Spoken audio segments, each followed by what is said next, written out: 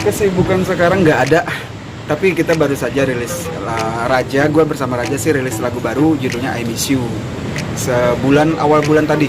Tapi sebulan sebelumnya kita juga ngerilis single Bucin, Budak Cinta. Jadi 2 lagu kita rilis dalam 2 bulan terakhir ini. Selama masa pandemi, walaupun kita tidak ada job sama sekali. Nah di saat lagi job seperti ini ya pandemi, apa yang apa untuk coba untuk ke bisnis kuliner kah atau apa? Kalau berbisnis sih nggak ada sama sekali bisnis. Hanya coba untuk bertahan aja, bertahan dalam situasi kondisi seperti ini. Seperti apa mungkin bertahannya?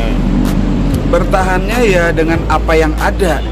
Mungkin ya kan nggak ada manggung kosong, kita nggak ada job. Ya mungkin kalau sekadar virtual sih ada lah beberapa, tapi tidak seperti yang sebelum-sebelumnya, yang sebelum masa pandemi. Jadi ya kita manfaatkan apa yang ada aja lagi akhirnya.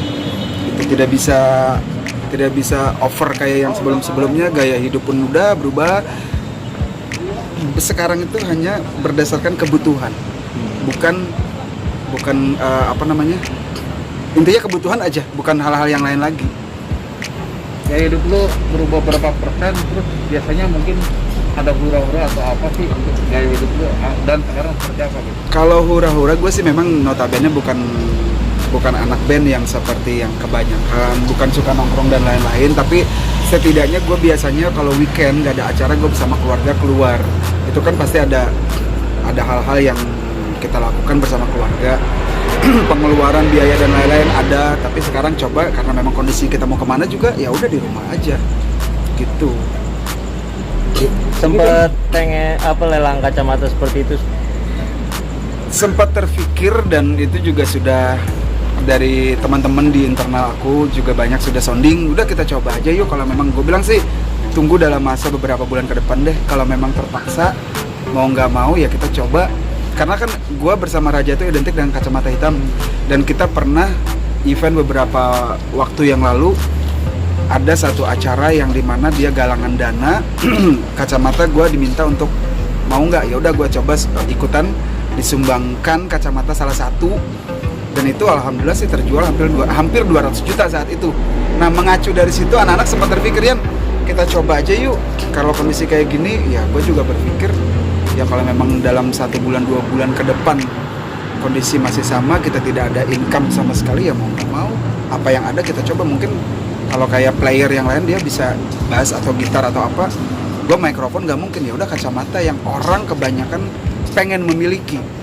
Emang ada berapa Mas Yan kacamata koleksi? Kacamata gue nggak dihitung karena gue selama puluhan tahun itu kalau lagi pergi, nah perginya gue kan nggak bisa terhitung, tapi itu selalu ada yang gue beli kacamata itu. Karena gue beli itu berdasarkan gue suka, bukan karena merek ataupun apa. Gue suka, gue beli gitu. Jadi sampai sekarang itu tidak terhitung saking banyaknya, tapi ada beberapa yang punya nilai sejarah. Nah itu yang mungkin akan gue coba lelang nanti kalau memang kondisi seperti ini terus. Nilai sejarahnya mungkin diceritakan apa gitu? Ya yang selama ini menemani, kalau kayak yang sekarang gue pakai kan mungkin bisa terhitung setahun atau 2 tahun, tapi ada yang memang ngikutin gue zaman beberapa tahun dan memang mengikuti berapa ratus panggung. Kacamata yang memang sudah selalu karakter gue banget. Kalau yang sekarang ini kan memang agak sudah berubah. Ada yang dulu di saat Raja lagi benar-benar tur panjang, nah dia yang menemani. Nah itu yang sejarah itu yang mungkin nanti akan gue coba pertimbangkan. Mungkin ada target bisa dapat berapa dari satu kacamata bersejarah itu? Kalau mengacu dari yang pernah gue bilang waktu kita penggalangan dana itu sampai 200 juta nilainya. Ya mungkin nggak akan jauh dari situ. Itu tergantung kepada peminat lah ya. Siapa tahu ada peminat yang mungkin dia rasa pengennya tinggi dan rasa sosialnya juga tinggi, pengen membantu sekalian, ya kenapa? Aku sih nggak target gitu. Pasar marketnya tuh ke umum atau ke fansnya Raja tuh bagaimana? Siapapun yang mampu dan berminat gitu. Mas Yan, kalau yang luar koleksi lu? 1.000 sih nggak nyampe. 1.000 sih nggak nyampe. Kalau 1.000 numpuk kamar gua udah. Tapi Mas Yan, ada artis nih lelang celana dalam lah. Dengan kacamata maunya ya. Tapi nggak beda sih ya, konteksnya beda sih. Kalau yang celana dalam kan kalau perempuan ya beda lah. Kalau laki siapa sih yang mau beli? Tapi kan ini yang gue bilang tadi punya nilai sejarah.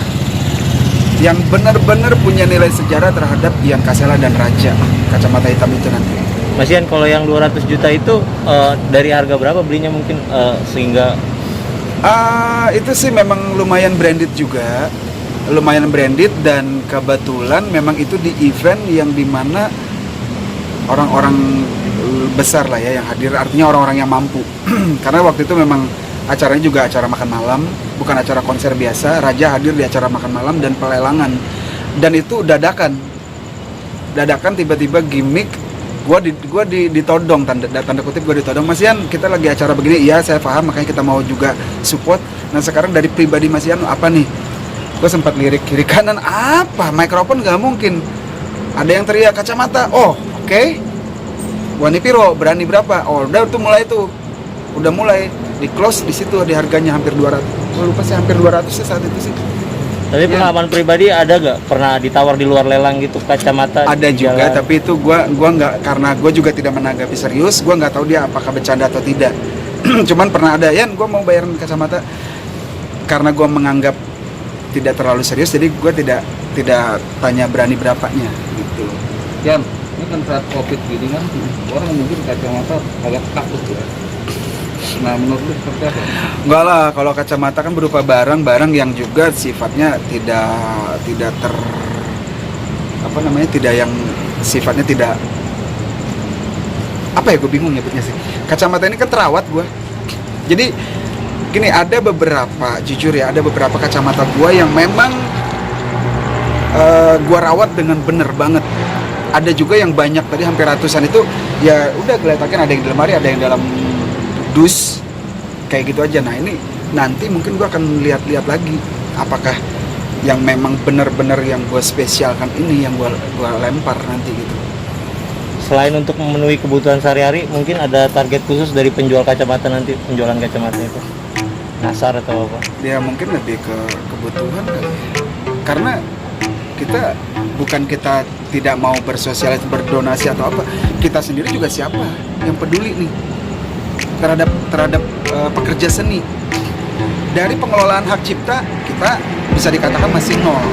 Karya kita siapa? Kita bukan menyombongkan itu, tapi karya Raja banyak banget, dan itu harusnya nominalnya besar banget, dan itu mampu harusnya menghidupi kita dalam kondisi kayak gini, tapi itu pun nol. Nah sekarang mau nggak mau panggung nggak ada, ya mau nggak mau kan kita dari barang koleksi yang kita coba lempar, dan itu memang untuk menutupi kehidupan, bukan untuk berpoya-poya untuk disumbangkan kemana-mana. Ya kita sih gini, kalau gue selalu bilang sama teman-teman, yang bisa Raja berikan mungkin hiburannya lah. Raja siap dibayar free, bukan dibayar berarti kan Raja siap free untuk ikut dalam acara yang sifatnya saling membantu.